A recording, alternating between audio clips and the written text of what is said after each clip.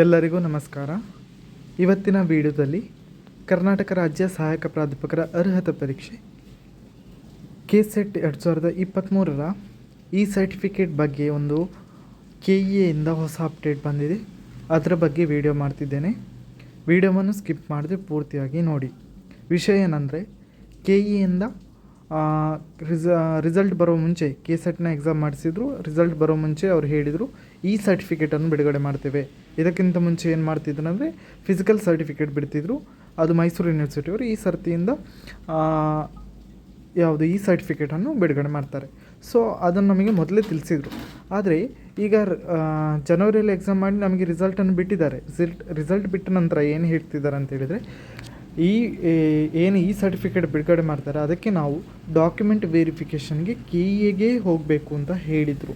So ಇದರ ಬಗ್ಗೆ ಒಂದು ಡೀಟೇಲ್ ಆಗಿ ನಿಮಗೆ ಹೇಳ್ತಾ ಹೋಗ್ತೇನೆ.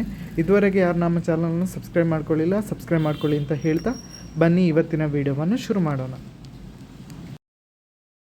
KCET ಎಕ್ಸಾಮ್ ತಮಗೆಲ್ಲ ತಿಳಿದಿರುವ ಹಾಗೆ 2023 ಎಕ್ಸಾಮ್ ಜನವರಿ 2024ರಲ್ಲಿ ಮಾಡಿರ್ತಾರೆ.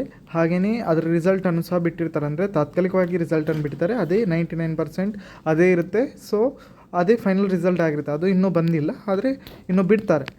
ಇಲ್ಲಿ ವಿಷಯ ಏನಂದರೆ ನಾವು KEAಗೆ ಕಾಲ್ ಮಾಡಿ ಕೇಳಿದಾಗ ಅಲ್ಲಿ ಅಧಿಕಾರಿಯೊಬ್ಬರು ಹೇಳ್ತಾರೆ KEAಯಿಂದ ಇದು ಅವರು ಕೊಟ್ಟಂಥ ಮಾಹಿತಿ ಏನಪ್ಪ ಅಂದರೆ ಈ ಸರ್ಟಿಫಿಕೇಟ್ಗೆ ನಾವು ಡಾಕ್ಯುಮೆಂಟ್ ಯಾವಾಗ ಕೊಡಬೇಕು ಮತ್ತು ಫೈನಲ್ ರಿಸಲ್ಟ್ ಯಾವಾಗ ಬರುತ್ತೆ ಅಂತ ನಾವು ಕೇಳಿದ್ದು.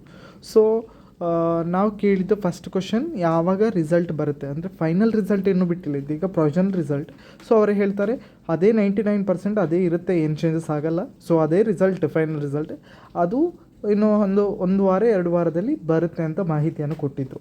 ಸೊ ಹಾಗೆಯೇ ಇನ್ನೊಂದು ವಿಷಯ ಏನಂದರೆ ಆನಂತರ ನಾವು ಸಬ್ಮಿಟ್ ಮಾಡಬೇಕಾ ಅಂತ ನಾವು ಕೇಳಿದ್ವಿ. ಅಂದರೆ ಡಾಕ್ಯುಮೆಂಟನ್ನೆಲ್ಲ ಆನ್ಲೈನಲ್ಲಿ ಕಳಿಸ್ಬೇಕಾ ಅಥವಾ ಯಾವ ರೀತಿ ಕಳಿಸ್ಬೇಕು ಅಂತ ಕೇಳಿದಾಗ ಇಲ್ಲ, ಅದಕ್ಕೆ ಅಪ್ಡೇಟ್ ಬರುತ್ತೆ.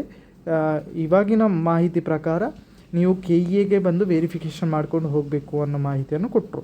ಸೊ ಇದೇ ಫೈನಲ್ ಅಲ್ಲ, ಅವರು ಹೇಳ್ತಾರೆ ಇದರ ಬಗ್ಗೆ ಪ್ರಕಟಣೆ ಬರುತ್ತೆ, ಆನಂತರ ನೀವು ಅದರ ಬಗ್ಗೆ ಡಿಸೈಡ್ ಮಾಡಿ ಅಂತ ಹೇಳಿದರು.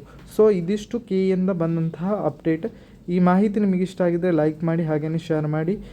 ಇದುವರೆಗೆ ಯಾರು ನಮ್ಮ ಚಾನಲ್ನ ಸಬ್ಸ್ಕ್ರೈಬ್ ಮಾಡ್ಕೊಳ್ಳಿ ಅಂತ ಹೇಳ್ತಾ ಎಲ್ಲರಿಗೂ ನಮಸ್ಕಾರ.